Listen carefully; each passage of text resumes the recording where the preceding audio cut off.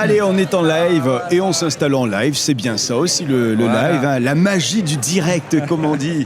Et on emporte la table aussi, mais c'est ça la magie du direct. Si on peut avoir des scènes gags à reprendre après, ça pourrait être bien. Pas de problème. On est plein d'entrain et de motivation. Il faudrait sortir les vélos d'hier soir, tu vois. Vous avez fait du vélo hier soir ? On a fait du vélo. Sur les pentes ardues de la Croix-Rousse. Oh non, dans des endroits un peu plus glauques, des parkings par exemple. Allez, ils nous ont rejoints tous deux. Il s'agit de Franchise Management. C'est Sylvain Bartholomeu qui était avec nous tout à l'heure. À nouveau, bonsoir Sylvain. Ouais, bonsoir. Et puis la Fédération Française de la Franchise, bien représentée aujourd'hui par Thomas Gancel. Bonsoir. Bonsoir. Vous êtes responsable animation et promotion pour la Fédération Française de la Franchise. Même question qu'à mes invités précédents. Comment se porte d'après vous le monde de la franchise ici dans le secteur Auvergne-Rhône-Alpes ? Écoutez, globalement, le secteur de la franchise se porte très bien. On le voit depuis des années. La Fédération Française de la Franchise, en partenariat avec la Banque Pop, réalise depuis plus de 20 ans une enquête annuelle qui nous permet d'avoir des chiffres que l'on tient. Donc on est les seuls aujourd'hui à tenir ces chiffres-là, hormis en 2020 qui s'explique par la Covid. Ouais. Depuis plus de 20 ans que l'on tient ces chiffres. Chaque année, le nombre de réseaux est croissant. Donc le nombre de franchisés augmente, le nombre de franchiseurs augmente, le chiffre d'affaires lié à tout ça augmente, etc. Donc le réseau, globalement, se porte bien. Et en Rhône-Alpes, il y a un microsystème, je dirais, où nos experts et nos franchiseurs, en effet, c'est un deuxième petit pari. Donc, en effet, en Rhône-Alpes, également à Lyon, la franchise se porte très bien. Qu'est-ce qui fait que Auvergne-Rhône-Alpes est si dynamique, Sylvain Bartholomeu ? C'est une histoire et puis qui est portée et qui est sponsorisée, je veux dire, par la CCI et par les équipes de la CCI. C'est une conviction très forte qui est venue de la présidence de la CCI et notamment de Philippe Valentin, qui est actuellement le président de la CCI, de croire en ce modèle et de se dire qu'en fait, finalement, le modèle de la franchise n'est pas un modèle qui serait capitaliste, etc. Mais c'est un modèle de défense du commerce. Et ça, c'est fondamental à comprendre. Et la CCI de Lyon, Auvergne-Rhône-Alpes, a compris ça, a compris que finalement, la franchise pouvait aider des entreprises lyonnaises à grandir et à sortir du territoire rhône-alpin, et pouvait aussi aider des personnes qui rêvaient d'entreprendre en maximisant leurs chances de réussite. Il ne faut pas oublier, c'est que les études montrent qu'entreprendre seul et entreprendre en franchise, il n'y a pas le même résultat à la fin. Quand on entreprend en franchise, on a beaucoup plus de chances de réussir et les taux de pérennité sont beaucoup plus importants quand on entreprend en réseau que quand on entreprend de manière isolée. En termes de chiffres, c'est du simple au double ou on est sur quel ratio ? Il y avait une étude de l'INSEE là-dessus qui a été réalisée. En fait, le taux de pérennité à 5 ans d'une entreprise en réseau, c'est 75% et c'est 50% en isolé. Donc, si j'ai le choix entre 3 chances sur 4 ou une chance sur 2 de passer le cap des 5 ans, chacun fait son choix. Moi, je l'ai fait. Quels sont les secteurs qui marchent ? Quels sont les nouveaux concepts également, parce que je sais qu'il y en a, ici dans le secteur Auvergne-Rhône-Alpes? Alors globalement, le secteur du service à la personne a le vent en poupe. Pour ce qui est de la fédération, parmi nos enseignes, c'est maintenant plus de 40% de nos enseignes qui sont dans le service du secteur à la personne, de l'aide à la personne, pardon. Et la silver economy en particulier. Donc on a des entreprises comme Domevi par exemple, qui en effet ont le vent en poupe avec des concepts assez originaux. Et après, dans les derniers concepts sympas aussi, on a une enseigne comme Cryoterra, donc qui fait la cryothérapie. Voilà, donc on a des concepts émergents comme ça, qui ont peu de concurrence, qui sont peu connus. Donc en tout cas, c'est ce qui fait aussi la force d'un modèle comme celui-ci, c'est qu'il permet de faire de l'innovation et de la faire assez rapidement en tout cas. Voilà. Vous, Sylvain Bartholomeu, qui accompagnez au global, dans le monde entier, plus de 500 franchiseurs, est-ce que vous observez des évolutions, un marché qui évolue fortement ici en Auvergne-Rhône-Alpes et surtout des concepts qui sont vraiment innovants? Alors, il y a des concepts innovants qu'on ne voit pas forcément sur le marché parce que c'est des concepts qui ne viennent pas chercher des candidats à la franchise comme les autres. Donc, notamment sur tout ce qui est B2B ou des logiques plus industrielles. Vous n'allez pas forcément les voir ici, ces secteurs d'activité. Ce qu'on constate, en fait, en règle générale, la vraie tendance, c'est que la franchise est née du retail et de la distribution, mais aujourd'hui, elle touche tous les secteurs d'activité. Je vous donne un exemple concret. Moi, j'accompagne un projet de développement en réseau dans le domaine médical. Pour des raisons de confidentialité, je ne peux pas en dire plus. Mais si je vous en disais plus, vous seriez waouh, ce secteur-là utilise les mécanismes de la franchise pour se développer. Effectivement. Aujourd'hui, en fait, si vous voulez vous développer, construire en fait un collectif d'entrepreneurs en réseau sous une même marque, en utilisant les mêmes process, les mêmes outils, en fait, c'est la franchise qui permet ça. Donc, il y a les secteurs qu'on voit sur le marché, sur le forum franchise. Effectivement, je te rejoins, Thomas, tout ce qui est la silver economy. Dans les années à venir, les études montrent qu'il y aura 270 000 seniors de plus par an. Donc, en fait, on est sur des tendances et des mouvements très, très forts de pyramide des âges. Donc, en fait, ce secteur bénéficie de la seniorité et de l'évolution de la population française, c'est évident. Et après, vous avez des secteurs comme le B2B, tout ce qui est service aux entreprises. Il y a un troisième secteur dont tu parlais avec Cryotera, c'est le secteur du bien-être. En sortie de crise, en sortie en fait de succession de crises économiques, les gens ont besoin de prendre soin d'eux. Et donc on voit que les secteurs liés au bien-être, au sport, aux activités qui donnent du positif et qui permettent de mieux s'occuper de soi, en fait tous ces secteurs d'activité, toutes ces enseignes sont en train de reprendre des parts de marché et de redémarrer formidablement. Parce qu'en fait, ce qui drive les enseignes et les franchises en général, c'est ce que veut le consommateur. Et le consommateur, aujourd'hui, vieillit, donc a besoin de services.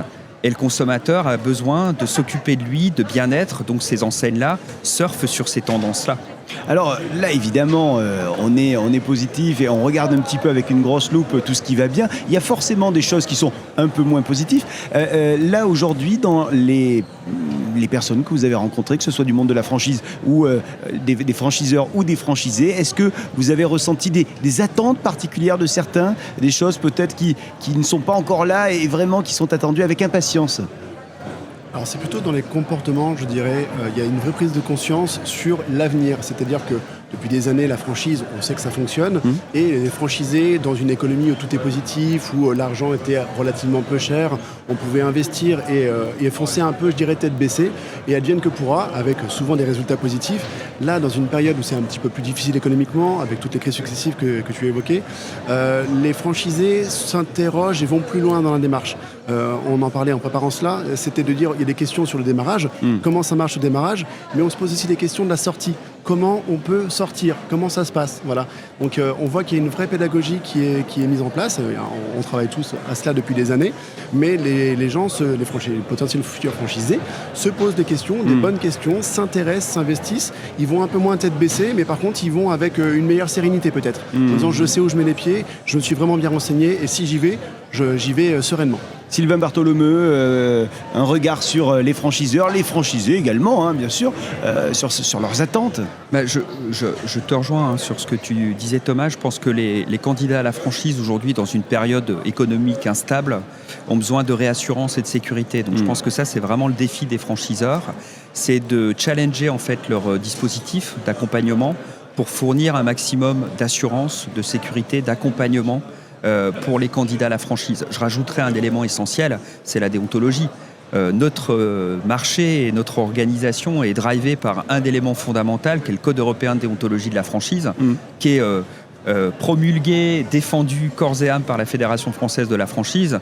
Aujourd'hui, il y a trop peu de réseaux qui s'engagent à le respecter et qui vont adhérer à la Fédération française de la franchise avec l'obligation de le respecter.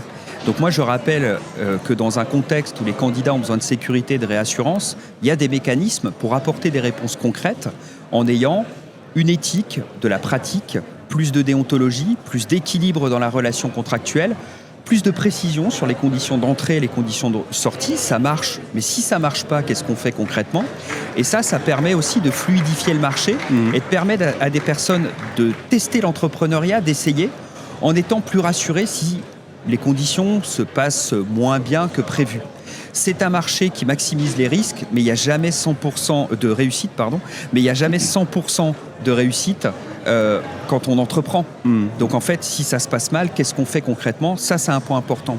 Je rajouterai un deuxième point de vigilance sur le marché pour les années à venir. C'est ce qu'on appelle la Startup Nation. C'est ces jeunes apprentis franchiseurs qui ont un jeune concept. Je sors de conférences et j'étais en conférence avec des jeunes que j'avais vus déjà 3-4 fois et qui viennent assister à mes conférences très assidus avec le petit carnet de notes, mais ils ne se font pas accompagner. Et je leur dis, mais faites-vous accompagner. Faites-vous accompagner par un avocat expert, faites-vous accompagner par un cabinet de conseil, même si c'est pas moi, mais faites-le. Parce qu'à un moment donné, quand vous concevez un modèle et que vous allez le transmettre à des tiers franchisés, vous avez un devoir moral que ces franchisés-là qui quittent le salariat réussissent leur projet d'entreprise. Vous avez un devoir moral que si ça se passe mal, la situation puisse se régler de la meilleure manière qui soit. Donc il faut rajouter ce point de vigilance dans une période où les tendances de consommation changent, etc., où des nouveaux concepts arrivent. Apportez un maximum d'équilibre, de sécurité, de sérénité à vos candidats et mettez de l'éthique et mettez du professionnalisme dans la construction de votre projet. Ça vous servira à vous, mais ça servira aussi au marché et aux candidats qui signeront avec vous demain. C'est marrant, pour étayer ce que tu dis, là j'étais avec une conférence avec Olga justement tout à l'heure, la moitié de la salle était remplie par des jeunes, mais des très jeunes qui étaient en effet en bac pro, et on s'est posé la question à la fin, Olga, en disant mais est-ce qu'ils sont venus de leur propre chef ou est-ce que ça a été imposé par l'école ou autre? Le fait est que la maîtresse, enfin la prof était juste là, elle nous a entendus, elle s'est permis de venir nous voir en nous disant justement, oui c'était imposé, mais c'était un exercice que je me suis forcé à faire, parce que quand on a commencé l'année, je leur ai posé la question, pourquoi vous avez choisi en effet ce bac pro création d'entreprise? Parce que je veux créer, je veux être mon propre chef.